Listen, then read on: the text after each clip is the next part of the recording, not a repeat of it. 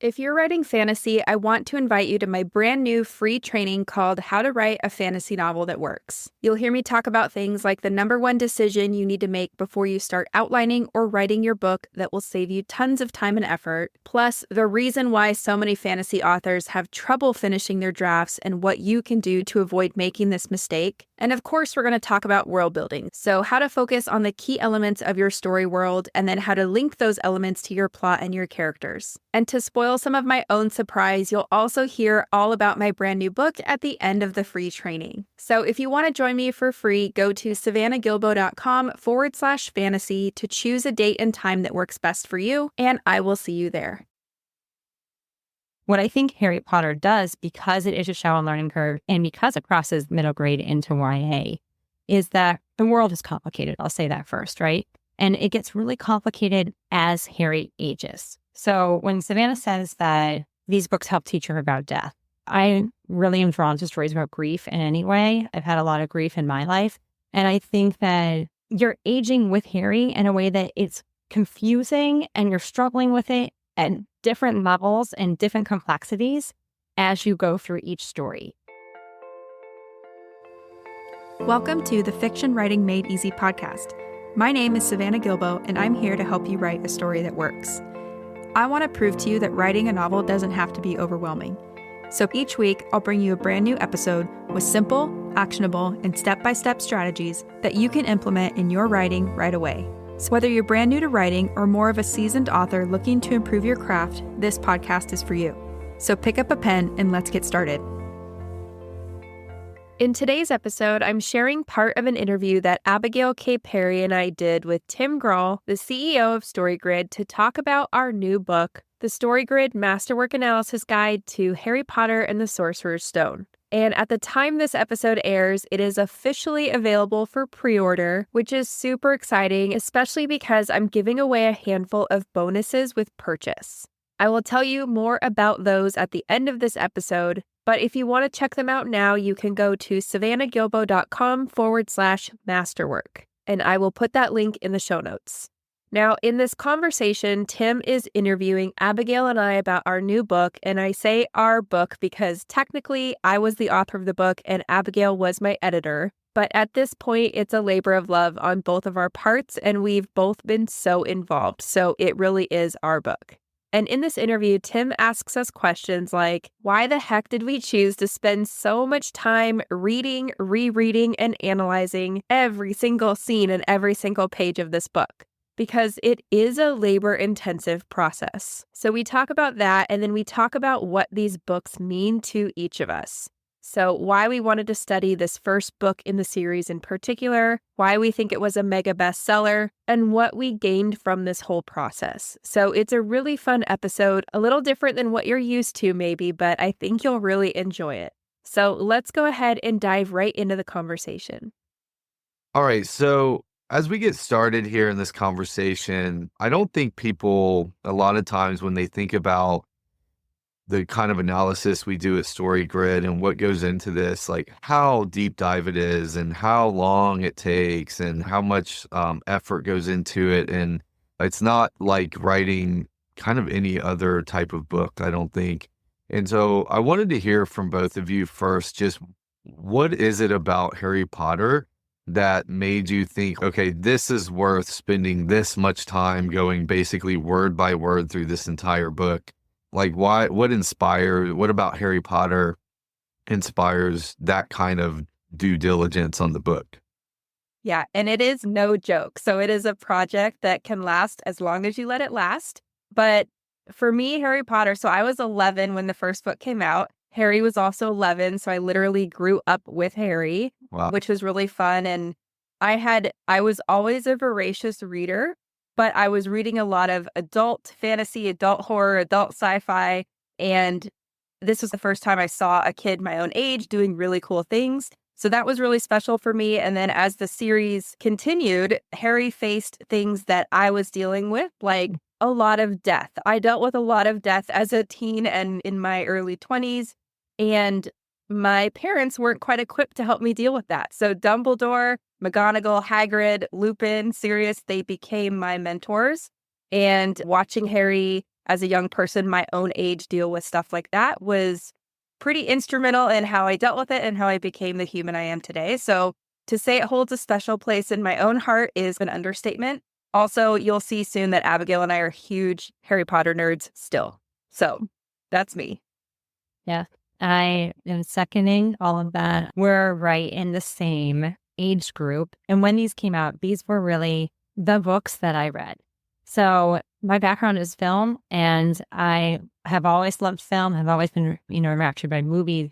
But Harry Potter was the book series that I read so much, so many times in a row. When mom said and dad said to go to bed, I was up hours with the flashlight underneath the covers with Harry Potter. And to the point where my mom was like, Abby, you need to read other books. And I was like, but these are the ones I love. I want to read these again.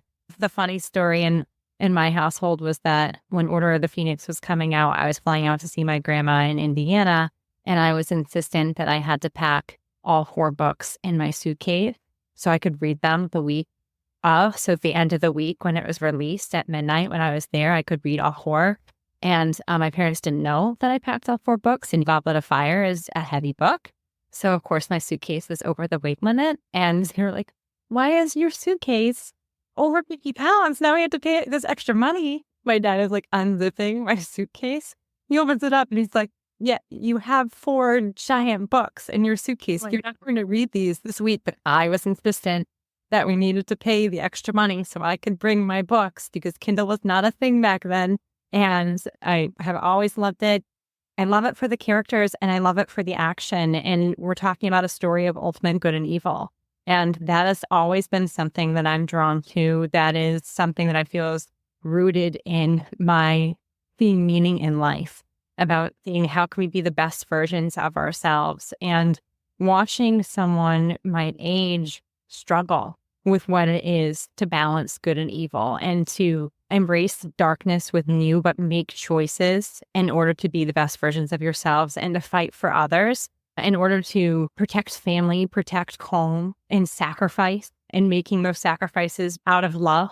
And ultimately, like, the root of the story is love, making choices for love and light.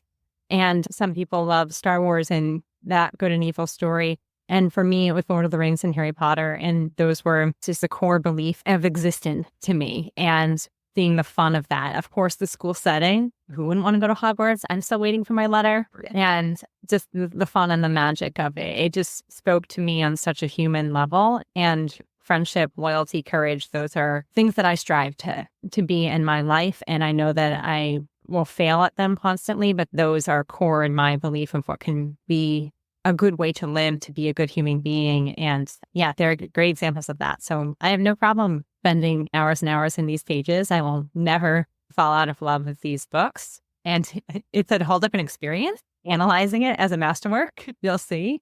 But I think part of the fun that Savannah and I have had with the masterwork guide analysis is that we are still learning something every time we return to it.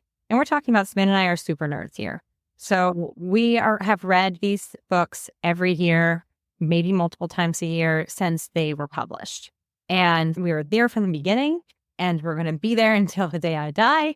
And I think that it is just, it's mind-blowingly fascinating to me that I learn something new every time I return to these books. That book is special. There's something about that book. If I can learn something new every time I return, and we're talking 20 plus years, every time I return to it, okay, we're talking about a masterwork here. Yeah, and you're going to die, Abigail, because we've never talked about the airport story, but I have almost exactly the same story, but I was with a friend's family, and they made me unpack the suitcase, and they were like, what do we do with you? And we were going to Costa Rica when Order of the Phoenix came out. So I remember reading the scene when Dumbledore died, and it was lightning and thundering around, and there was like this big storm, and I slammed the book, and I was like, I just could not believe it. And then I didn't want to talk to anybody. So I'm on vacation with my friend's family, and they're like, we're not big readers. What the heck's going on? So really funny. We have the same story. And speaking of reading the books a billion times, during the analysis, I broke my copy finally. It started coming apart in the middle, and the pages were coming out. So yeah, it's dedication. It means that it was loved. As I like to say, Velveteen Rabbit reference, you made it real. I made it real. Yeah, it was loved. You know, it's funny. I didn't get into Harry Potter until they had been out a little bit. Not till all of them had been out, but until the first few had been out a little bit. And I started reading them when I was in Cyprus. And so we're in like, and it was northern Cyprus. And so it's like pretty remote and rural there. And I remember the place we were staying didn't have internet, and I forget which one I'd finished one of them. And I'm like, I have to read the next one. I got to get started. There's no bookstores where I can get Harry Potter in northern Turkish Cyprus. So I ended up so I had bought them. So they were at my house, but I hadn't brought them because I didn't think I'd get this into it. I had a Kindle.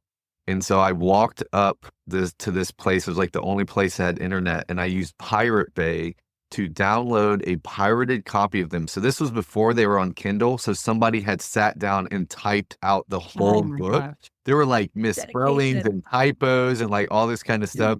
But I managed to find a version that I could get on my Kindle so I could go back and like actually keep reading the books.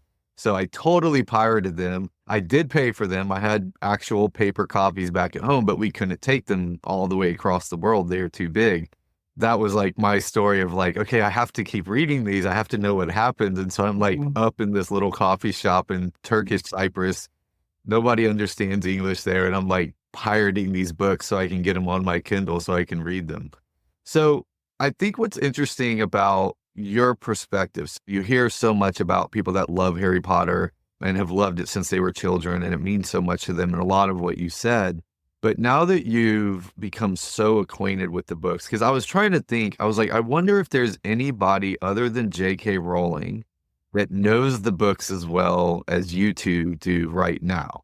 Because I don't think anybody sat down and done the kind of word by word, sentence by sentence analyzation of it.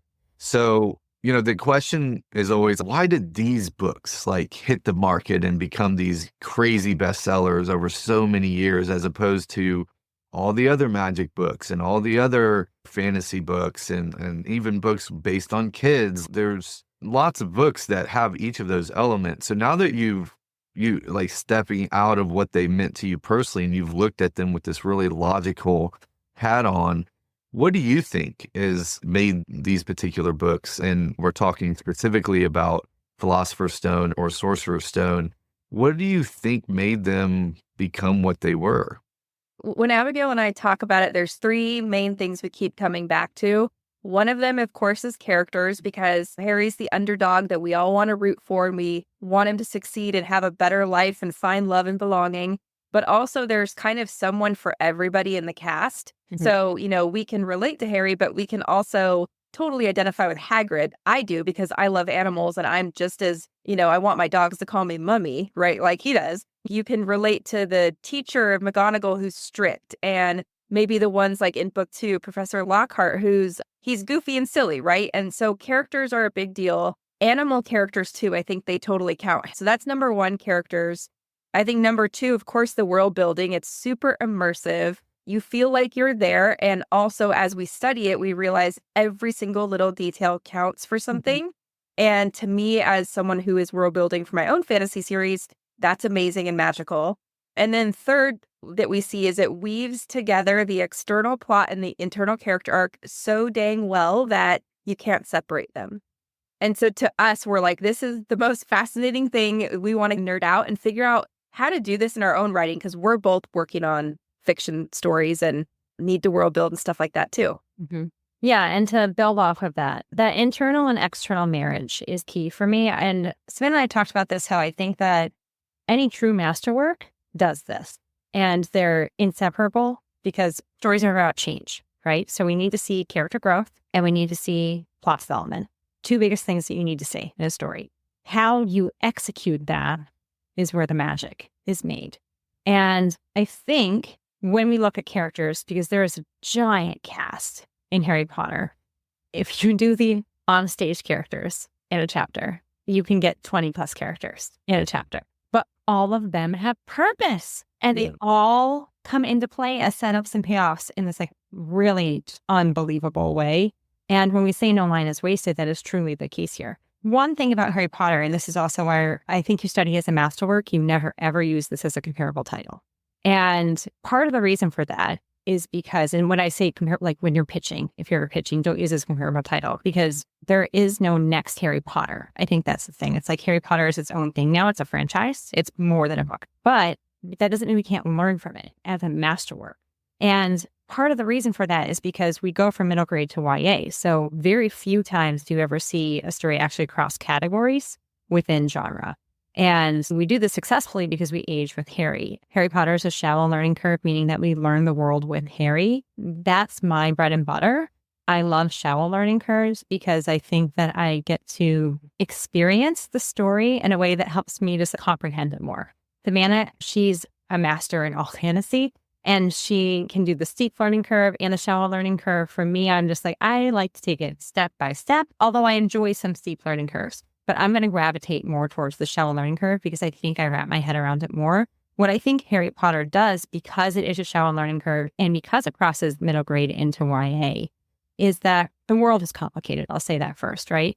And it gets really complicated as Harry ages. So when Savannah says that these books help teach her about death, I really am drawn to stories about grief in any way. I've had a lot of grief in my life. And I think that you're aging with Harry in a way that it's confusing and you're struggling with it at different levels and different complexities as you go through each story. And the way that you can deal with an internal story that allows someone to experience core human condition lesson in a coming of age arc, but not have to dump everything at you in each book. You're able to handle the layers of complexity of what life is and how it challenges you in different ways at different times at different age groups because you get a taste of that each one. There's a reason why we deal with Cedric Diggory dying in Goblet of Fire and not dealing with death in Sorcerer's Stone. In Sorcerer's Stone, we're dealing with, can you rise to the expectation of what society has just deemed you of in celebrity status? And where do you fall in that? That's something that we can work with. And then as you get into Chamber of Secrets, like the stakes being raised, that's something that I'm doing Chamber of Secrets. And one of my main focuses when I'm analyzing Chamber of Secrets is how do you raise the stakes? How do you get better at each book, you know? And like for me, it succeeds every single time. And that's what I think is so magical because it feels like we truly do just roll into the next book has higher stakes. The next book has higher stakes. How does she level up the stakes every single time? And the plot twist and how she does it. I know that when I was doing the debates, I know Sorcerer's Stone, we're going to focus on Snape as a series as a whole. Snape is one of my all-time favorite characters. No one will ever be able to convince me otherwise. And I remember being in it and being like, is he good? Is he bad? Is he good? Is he bad? This is something that Disney does. That why I love Disney is that they can write a story and it can speak to an older age group and a young age group at the same time. And I think that Harry Potter can do that. And that's why I love it and learn something different every time I read it because I can understand McGonagall and I can understand Dumbledore in a way that I never would have been able to understand them at 11, at 15, at 20. So I think that's part of it. The characters are rich because we can understand perspectives and seeing what a character holds information from another can create conflict. But at the same time, it shows you like who the character truly is and why secrets are kept and all of that comes out. So the mystery plot is wild in all of these, despite it being an action story. You're such a nerd about it, and I love it, Abigail. So I know we're sticking to book one, but we did an experiment on our podcast where we were looking at the chapter 1 from each Harry Potter book and watching how she brought us back to a familiar place and raised the stakes and broadened the scope of the stakes and the conflict, and it's super fascinating. So someday, hopefully, we can do an episode about the series. We would all nerd out on that. But the other thing I think that makes the first Harry Potter book really interesting and successful is that there are multiple layers of stakes. So Harry has personal school kid stakes. He wants to make friends and get sorted into the right house and things like that. Then there's dangerous stakes at school, like dragons that want to blow your head off and things like that in a forbidden forest and a corridor where there's a 3-headed dog. And then there's worldwide stakes, which have to do more with Voldemort and things like that. But there's also multiple layers of conflict, which is super cool as well. So we have Draco, the school day bully, Snape, the bullying teacher, and then all the way up to Quirrell/Voldemort. And it's amazing how she balances all of that.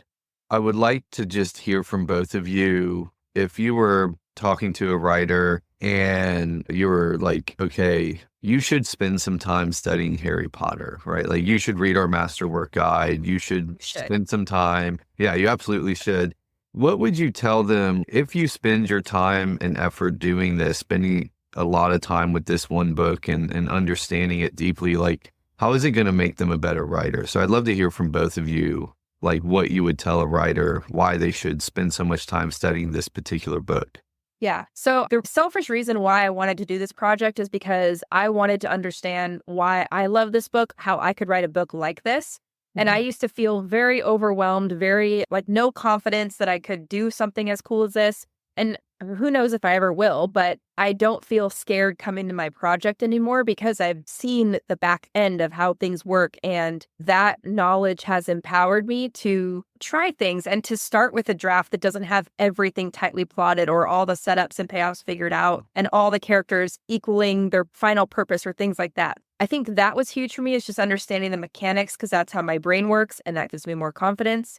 I'll also say that it's interesting. I went back this morning and looked at our original, like our very first draft, and it maybe had 2 to 4 more scenes than where we landed. And we've learned so much since then. So I thought it was interesting that on an instinctual level, I think we can feel things and like arcs of change and the scene movement and character growth and things like that because we're readers and we love story. But sometimes it's hard to explain why we're feeling that or to recreate it. And a book like this and tools like what StoryGrid has will give you the language to start figuring that out and to start actually crafting those things you instinctually feel. Yeah, and that's the implicit, explicit knowledge. I think that's the big thing with Masterworks for me is you can spend. I actually think that Rowling and I think Stephen King is another big author who they've said you can't teach writing. And I do disagree with that. I think that you can teach writing. I think that there is a talent level as well. But I think that ultimately, like the explicit and implicit knowledge, a lot of authors who have developed masterworks have implicit knowledge. And when you mentioned earlier, Savannah, that Rowling's one of her biggest influences was Agatha Christie, I believe, was one of her favorite authors. And it makes sense that mysteries come in her stories, right?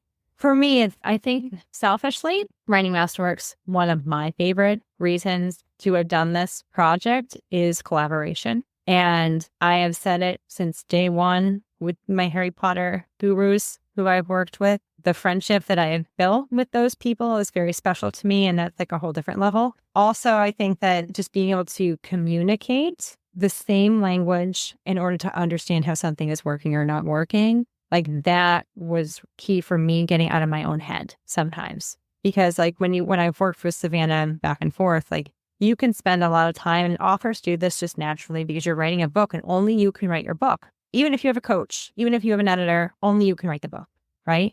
And we can spend so much time in there. But I think over and over again, even when I work with clients, one of the most rewarding things of working with a coach or with an editor is that they say, like, I'm finally being able to talk about it with someone, right? That's why writing groups are so important, right? Because you can finally talk about it with someone who gets it. And only you can write that. But that's the thing with the masterwork guides is then you have this resource where you can start to have a conversation, and through conversation, you can learn, you can grow. So that's where you can spend a lot of time analyzing one book. But I think that more than that, take it the next step further and have a discussion about it with someone in your close corner, because there might be disagreements and that's not a bad thing, right?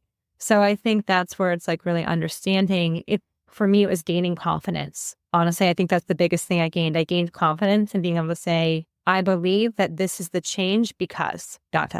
Being able to give the reason was then being able to communicate exactly what Savannah pointed out, the feeling. We do feel things. It's why readers embrace stories from the foundation of just like watching or reading a story, whether or not they are gathering that implicit knowledge. But the writer who knows how to explicitly execute that is going to be able to write a lot more stories without as much grief. Or we're trying to, like, why am I writing this? And I think the Masterwork Guides helped me with that, helped me gain that confidence to say, I understand why I believe this scene has purpose on a plot level, on a character level, and on a global level. Plus, they're just fun to read if you like a story. So if you like Harry Potter and the Sorcerer's Stone, and if you want to see how and why it works, check out our StoryGrid Masterwork Analysis Guide to Harry Potter and the Sorcerer's Stone. Like I mentioned earlier, it's officially available for pre-order right now. So if you want to snag your copy and a handful of limited time bonuses, go to savannahgilbo.com/masterwork to get all the details. One of my favorite bonuses is that Abigail and I are hosting a 2-hour live workshop and Q&A where we're going to take you through exactly how we analyze the climactic event of Harry Potter and the Sorcerer's Stone. So you know the part where Harry and his friends navigate the tunnels under the school and ultimately come face to face with Voldemort in that final chamber. So we're going to talk through that, including lots of tips on how to write your own great climactic moment. And then we're going to open up the floor for Q&A, so you can ask us anything about the book, the Harry Potter series, or writing in general. It's going to be so much fun, and like I said, you can get all the details about that and the book and all the other bonuses at savannahgilbo.com/masterwork. So that's it for today's episode. As always, thank you so much for tuning in and for showing your support. If you want to check out any of the links I mentioned in this episode, you can find them in the show notes listed in the description of each episode inside your podcast player or at savannahgilbo.com/podcast. If you're an Apple user, I'd really appreciate it if you took a few seconds to leave a rating and a review. Your ratings and reviews tell Apple that this is a podcast that's worth listening to. And in turn, your reviews will help this podcast get in front of more fiction writers just like you. And while you're there, go ahead and hit that follow button because there's going to be another brand new episode next week full of actionable tips, tools, and strategies to help you become a better writer. So I'll see you next week, and until then, happy writing.